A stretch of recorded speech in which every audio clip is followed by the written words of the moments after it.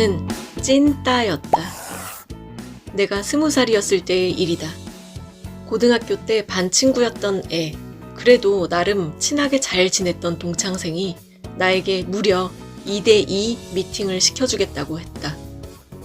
중학교 졸업 이후로 어쩔 수 없이 여고 진학, 그리고 남녀공학이지만 마치 여대를 다니는 것 같은 착시 현상을 일으키는 과에 진학해서 남자 구경을 제대로 못 해본 나는 그 미팅을 덥석 물었다. 아주 좋다면서 내 대학 동기 한 명을 데리고 나갔는데 남자 2명 중 1명이 내 마음에 쏙 들었다.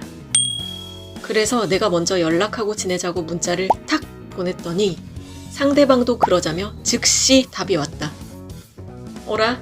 미팅 이후로 연락은 없었지만 거절을 안 하네? 그런데 나에게도 촉이라는 게 있었다. 상대방이 정말로 좋아서 오케이 한 건지, 거절을 못하는 사람이라서 오케이 한 건지, 어장을 관리하는 선수인 건지, 내가 그 시절에 그 정도 눈치는 있었다. 문자 한두 개 주고받아 보니 상대방은 거절을 못하는 소심한 사람이라는 게 보였다.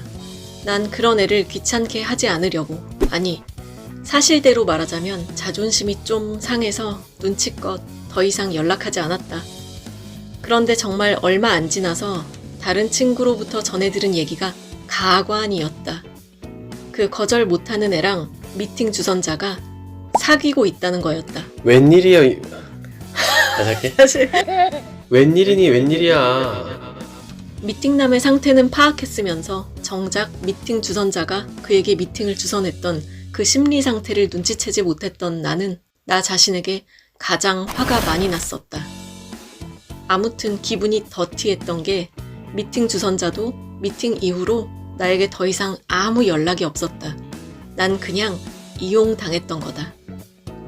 살면서 이용 한 번 안 당해보기도 어려운 일이다.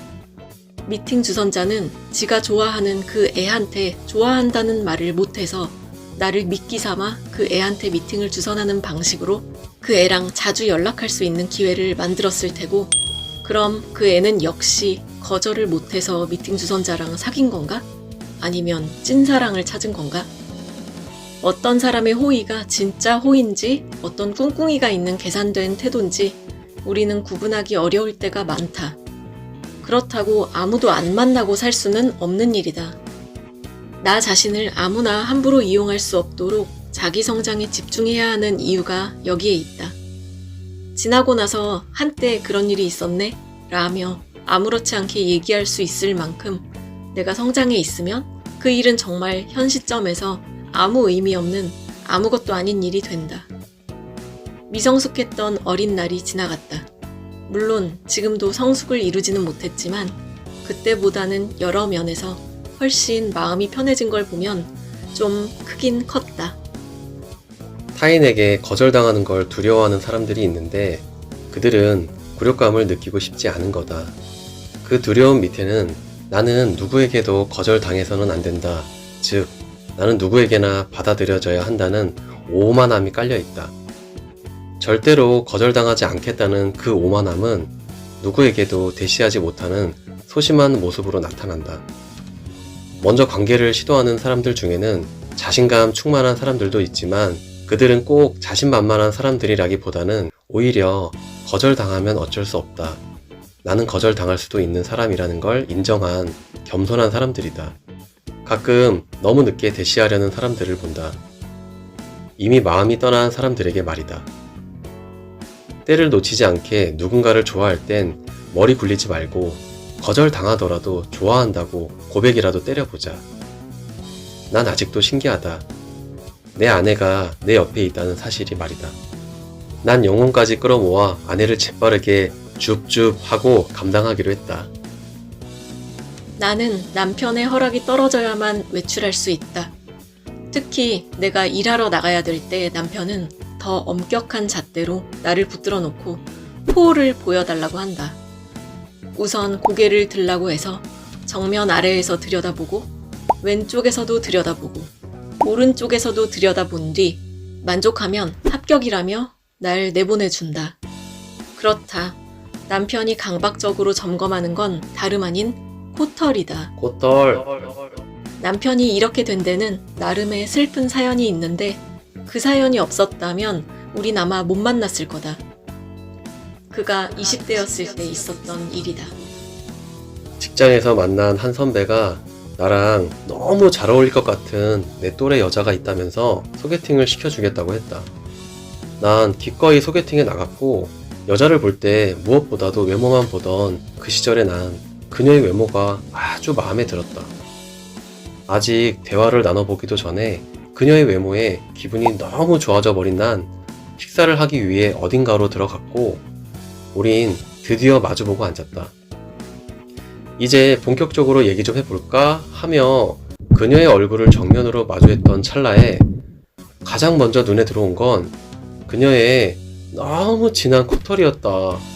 아니, 화장은 그렇게 완벽하게 한 여자가 소개팅 나오면서 거울도 안 봤을 리가 없을 텐데 어떻게 저렇게 코털을 보란듯이 길게 달고 있는 건지 충격이었다. 내가 지금도 몸서리치며 이해할 수 없다고 하면 내 아내는 상상의 나래를 펼치며 이렇게 설명해준다. 세수할 때 코털이 물에 젖어서 코 속으로 숨으면 거울로 봐도 안 보이는데 나중에 외출했을 때 그녀의 콧속이 바람에 아주 뽀송하게 마르면서 하는 날숨과 함께 코털이 펼쳐진 게 아닐까? 또는 그녀가 화장을 하는 여자였다면 같은 털일지라도 코털보다 눈썹 모양을 더 중요하게 여겨서 눈썹에 집착하다가 코털을 간과한 게 아닐까? 아무튼 나는 그날 얼굴이 아무리 예뻤어도 마주 앉자마자 본 그녀의 코털 때문에 도저히 대화에 집중할 수가 없었고 밥도 먹는 둥 마는 둥 했다. 그 소개팅이 있기 전까지는 난 내 코털은 물론이고 사람들을 볼 때도 코털에 집중했던 적이 없었는데 그날 이후로 난 처음으로 코털을 의식하기 시작했다. 그런데 정작 내 아내를 처음 만났을 땐 너무 긴장해서 아내의 코를 전혀 수색하지 못했다. 지금 같이 살고 있는 이 시점에선 11년째 거의 매일 아내의 코를 살피고 있고 가끔 위험하다 싶으면 미리 나서서 사고를 예방해준다. 나야 고맙다. 남의 건 지저분해 보이는데 내 사람이 되고 나면 코털, 눈곱, 뾰루지 이런 거 하나도 더럽게 여기지 않고 기꺼이 다 내가 제거해 줄 수 있다는 게 참 신기하다. 이건 나와 내적으로 가까운 사람을 나 자신과 동일시하는 경향 때문에 일어나는 일이다. 내가 나 자신을 대하고 돌보듯이 가까운 사람을 대하고 돌보기 때문에 나를 사랑할 줄 아는 사람이 남도 사랑할 수 있다는 말은 틀린 말이 아니다.